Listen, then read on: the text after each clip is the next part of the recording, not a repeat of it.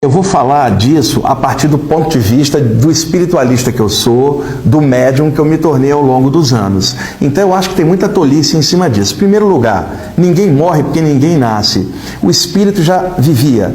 O corpo se forma em algum ponto da gestação, que eu não estou questionando qual nesse momento, o espírito vem e encaixa. Então, o espírito não nasce, ele já estava vivo, ele entra no corpo. Vive dentro do corpo, que cresce, envelhece e morre. Um dia o espírito sai.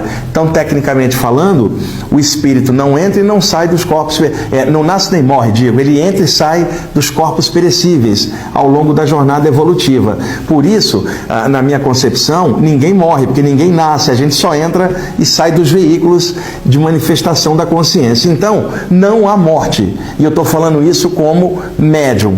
Eu já vi espírito de toda sorte ao longo dos anos todos de trabalho, desde a adolescência. Então, eu pude ver muitas condições extrafísicas diferentes. Praticamente, cada mente é o seu universo. Então, ao sair do corpo pela morte, cada mente vai plasmando em torno dela formas mentais daquilo que ela acreditava. Então, um dos trabalhos que os mentores espirituais têm é quebrar essas formas mentais para abrir a pessoa para o verdadeiro mundo extrafísico, a realidade extrafísica. Então, as pessoas encarnadas, elas criam mundos mentais em torno daquilo que elas acreditam. E qual é uma das coisas que as pessoas acreditam? Que você nasce aqui no momento do nascimento e morre no momento da morte. Então, condicionadas a isso, seja culturalmente ou religiosamente, tanto faz, as pessoas elas criam uma escuridão mental em relação a isso, porque elas acham que aquilo é tudo e que perderam definitivamente o contato com a pessoa que partiu. Então, o velório, normalmente, na maioria dos casos, é uma massa de energia escura, que é a dor da perda das pessoas. E é claro, isso precisa ser respeitado, a pessoa acabou de perder alguém, mas se ela tiver um conteúdo espiritual, e eu não estou falando doutrinário, dessa ou daquela área, mas um conteúdo, uma consciência maior em cima dessas coisas, ela consegue lidar com aquilo normalmente. Só que vai ter um problema, que eu já passei várias vezes. Se você estiver equilibrado num velório de um ente querido, ou melhor, do cadáver de um ente querido, que o ente querido não está ali. Se você estiver ali, você estiver calmo e tranquilo, você será criticado pelos familiares que estão desequilibrados, vão acusar a você de ser frio, de não ter gostado da pessoa. Isso é uma besteira, porque ali naquele ambiente de desequilíbrio, você estando equilibrado, você é o único que está vibrando e ajudando em silêncio. Ninguém sabe o que você está fazendo, você está dando um passe. E eu, quando vou ao velório, eu não estou preocupado com o cadáver, né? Eu estou preocupado com as pessoas que ficaram, de dar um abraço e passar uma luz, aplicar uma energia. E também tem uma coisa muito chata que espiritualistas fazem em velório, que é tentar doutrinar as pessoas que estão tristes com a perda. A pessoa fala, olha, tem vida após a morte, estuda esse livro aqui. É o chato espiritualista de velório.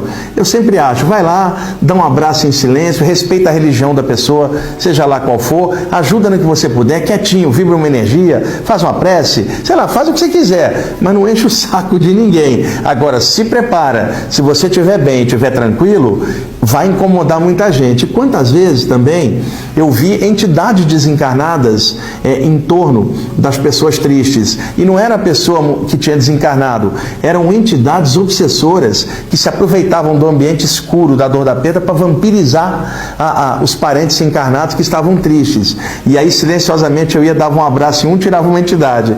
Ia no banheiro, sentava dali, mandava um passe para limpar o ambiente e as pessoas não sabiam de nada. E depois, no final, o que eu escutava? O Wagner é frio. Gente, uma besteira. O que eu concluí? Se você está dentro de um hospício e você está lúcido, os outros loucos vão estranhar você. Os loucos vão se reunir e falar assim, aquele ali é estranho. Então, se você estiver bem, equilibrado, consciente do que você sabe, você não tem como se exasperar ou ficar mal com a perda de alguém, que não é perda nenhuma, é somente uma mudança de endereço para outro plano. Agora, você vai sentir falta da pessoa, da vivência aqui. Só que, de repente, saindo do corpo, você encontra a pessoa viva e, eventualmente, nós também partiremos e nos encontraremos lá. Mas é legal tratar disso de uma forma natural, lúcida, sem aquele peso todo e respeitando as perdas das pessoas. Mas as coisas têm que ser clareadas. E, para finalizar isso, eu vi também psicólogos dizendo que as pessoas têm que tirar um período de luto. né? Para passar, atravessar essa crise.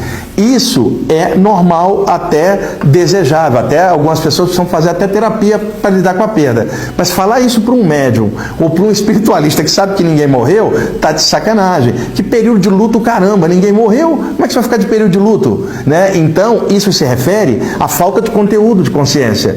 Porque quando se tem esse conteúdo, não existe nem nenhum período de luto porque ninguém morreu. A pessoa só caiu fora. E agora você tem que se readaptar à vivência sem estar com a pessoa junto no plano físico. E aí sim, você precisa de uma abordagem melhor em cima disso. Mas a questão do luto depende do ângulo que você está olhando. Para alguém que mexe com a parte espiritual, não tem essa história de luto, não tem essa história de morte. O espírito não nasce nem morre, só entra e sai dos corpos perecíveis.